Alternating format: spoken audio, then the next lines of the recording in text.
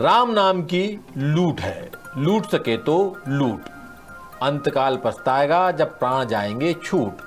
संत कबीरदास का ये दोहा तो आपने जरूर पढ़ा होगा, सुना होगा। अब आपको एक नए अंदाज में दोहा सुनाते हैं।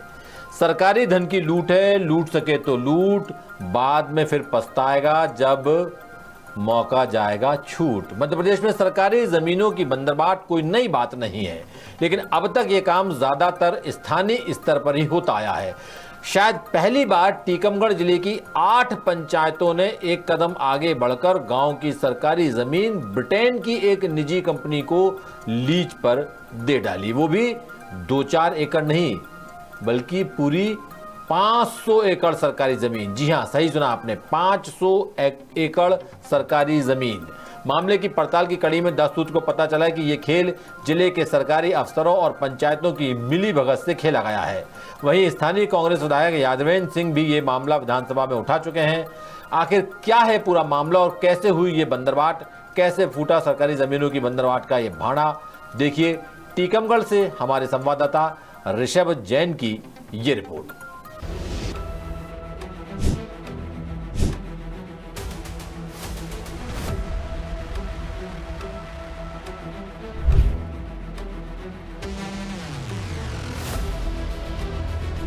मध्य प्रदेश में सरकारी जमीनों की बंदरबाट का एक ऐसा मामला सामने आया है जो भ्रष्टाचार पर सरकार के जीरो टॉलरेंस समेत सरकारी विभागों और पंचायतों में सुशासन के दावों की पोल खोल रहा है। ताजा मामला 82 ग्राम पंचायतों वाले टीकमगढ़ जिले में सरकारी जमीनों के एक बड़े खेल से जुड़ा है। बीते साल 6 सितंबर को झांसी की एक स्वयंसेवी संस्था यानी एनजीओ हरितिका ने तत्कालीन कलेक्टर अवधेश शर्मा को एक प्रस्ताव दिया था। संस्था ने खुद को ब्रिटेन के ऑक्सफोर्ड की एक प्राइवेट कंपनी CIPL की सहयोगी बताकर सरकारी जमीन की मांग की थी। संस्था ने प्रशासन से कहा था कि वो जिले में बड़े स्तर पर पौधरोपण कराएगी, जो पर्यावरण के लिहाज से काफी अच्छी पहल साबित होगी। इस प्रस्ताव को देखते ही देखते ऐसे पंख लगे कि महज 10 दिन में ही जिला मुख्यालय से सटी 8 ग्राम पंचायतों ने हजार रुपए के स्टैम्प पेपर पर संस्था से अनुबंध कर करीब 500 एकड़ सरकारी जमीन 40 साल की लीज पर संस्था के नाम कर दी। इसमें ये शर्त भी रखी गई कि लीज पूरी होने पर अगले 5-5 साल के लिए अवधि फिर बढ़ा दी जाएगी। फिर क्या था, प्रशासन और पंचायत ने आंख मूंद कर संस्था को सरकारी जमीनों पर कब्जा दे दिया और संस्था ने आनन फानन में कटीले तारों की फेंसिंग कर अपना बोर्ड भी लगा दिया। 10 सूत्र के पास संस्था और ग्राम पंचायतों के बीच अनुबंध से जुड़े तमाम दस्तावेज उपलब्ध हैं। इस मामले का खुलासा तब हुआ जब विधानसभा में कांग्रेस विधायक यादवेंद्र सिंह ने सरकार से लिखित में मामले की पूरी जानकारी मांगी। विधायक ने जैसे ही विधानसभा में सवाल लगाया, प्रशासनिक महकमे और सियासी गलियारों में हड़कंप मच गया। आनन फानन में टीकमगढ़ जिले की 8 ग्राम पंचायतों में जमीन की लीज निरस्त कर दी गई और ये जताने की कोशिश की गई कि ये कोई बड़ा मामला नहीं है और इससे सरकार को कुछ खास नुकसान भी नहीं हुआ है। ऐसे में साफ है कि जब कोई नुकसान ही नहीं हुआ तो कोई दोषी भी नहीं होगा, यानी मामले पर मिट्टी डालने की पुरजोर कोशिश की गई। लेकिन 10 सूत्र ने जब तहकीकात शुरू की तो सरकारी जमीनों की बंदरबाट में जिले के जिम्मेदार अफसरों, झांसी की हरितिका संस्था और ग्राम पंचायतों के गठजोड़ का बड़ा खुलासा हुआ, जिसकी जीती जागती बानगी है जनपद CEO आशीष अग्रवाल का ये सरकारी पत्र, जो उन्होंने क्षेत्र के SDM को 5 मार्च 2023 को लिखा था। इस पत्र के चौथे पॉइंट में साफ लिखा है कि सरकारी जमीनों को लीज पर देने के लिखित और मौखिक निर्देशों की पूरी जानकारी श्रीमान को पहले से है, यानी सब कुछ अफसरों की जानकारी में हुआ है। CEO अग्रवाल की इस चिट्ठी में लीज आवंटन की वजहें भी गिनाई गई। उन्होंने लिखा कि आवंटित भूमि अतिक्रमण मुक्त कराई गई थी और दोबारा अतिक्रमण ना हो इसलिए ये जमीनें झांसी की हरितिका संस्था को दी गई थी। अब CEO साहब की मासूमियत की दूसरी बानगी आपको दिखाते हैं। वो आगे लिखते हैं कि लीज अनुबंध करने वालों को शायद ये जानकारी नहीं रही होगी कि उन्हें सरकारी जमीन बांटने का अधिकार नहीं है। यही नहीं, CEO अग्रवाल संस्था के काम को जनहित से जुड़ा बताने से भी नहीं चूके।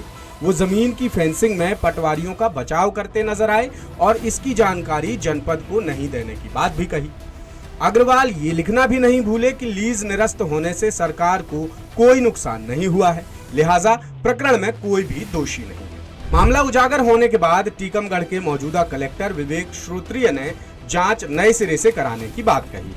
कलेक्टर ने 10 सूत्र से खास बातचीत में कहा कि पंचायतों ने खुद को जमीन का मालिक बताकर झांसी की संस्था हरितिका से लीज अनुबंध किया था, जबकि सरकारी जमीन सरकार की अनुमति के बिना किसी को नहीं दी जा सकती, लिहाजा मामले की नए सिरे से जांच पड़ताल कराई जाएगी। इधर विधायक यादवेंद्र सिंह ने दोषी अधिकारियों के खिलाफ सख्त कार्रवाई की मांग की है। उन्होंने 10 सूत्र के कैमरे पर कहा कि अगर एक्शन नहीं हुआ तो वो फिर से मामले को सदन में उठाएंगे।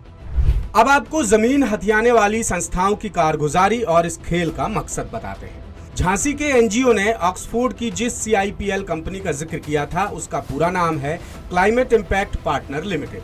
ये कंपनी मल्टीनेशनल इंडस्ट्रीज को कार्बन क्रेडिट बेचती है और हरितिका भारत में CIPL की सहयोगी संस्था है जो इसी तरह जमीनें अपने कब्जे में लेकर कार्बन उत्सर्जन के लिए ग्राउंड तैयार करती है। भारत में भले ही कार्बन क्रेडिट की कीमत 400 से 600 रुपए प्रति मीट्रिक टन हो, लेकिन ब्रिटेन में इसके दाम 47 पाउंड यानी लगभग 5,500 रुपए तक। खासतौर पर ब्रिटेन के तत्कालीन प्रधानमंत्री ऋषि सुनक के कार्यकाल में कार्बन क्रेडिट के बाजार में जमकर उछाल आया था। CIPL और हरितिका से टीकमगढ़ की पंचायतों ने जो अनुबंध किए थे उसमें साफ लिखा था कि पौधरोपण से तैयार EPS यानी इको एक्टिवेशन सिस्टम पर सिर्फ CIPL का ही अधिकार होगा।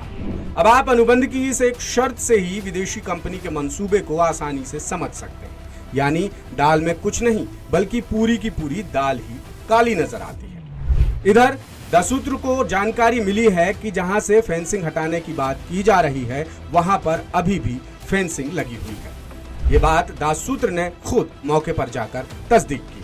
सूत्र बताते हैं कि हरितिका संस्था ने टीकमगढ़ के अलावा बुंदेलखंड के पन्ना, निवाड़ी और छतरपुर समेत बाकी जिलों में भी अपना जाल फैलाया था, जिन पर सजगता से संज्ञान लेकर स्थानीय प्रशासन और सरकार को कड़ी जांच करानी चाहिए ताकि मध्य प्रदेश की सरकारी जमीनों पर विदेशी कंपनियों के कब्जे ना हो सकें और सरकारी जमीनों का दुरुपयोग पूरी तरह बंद हो।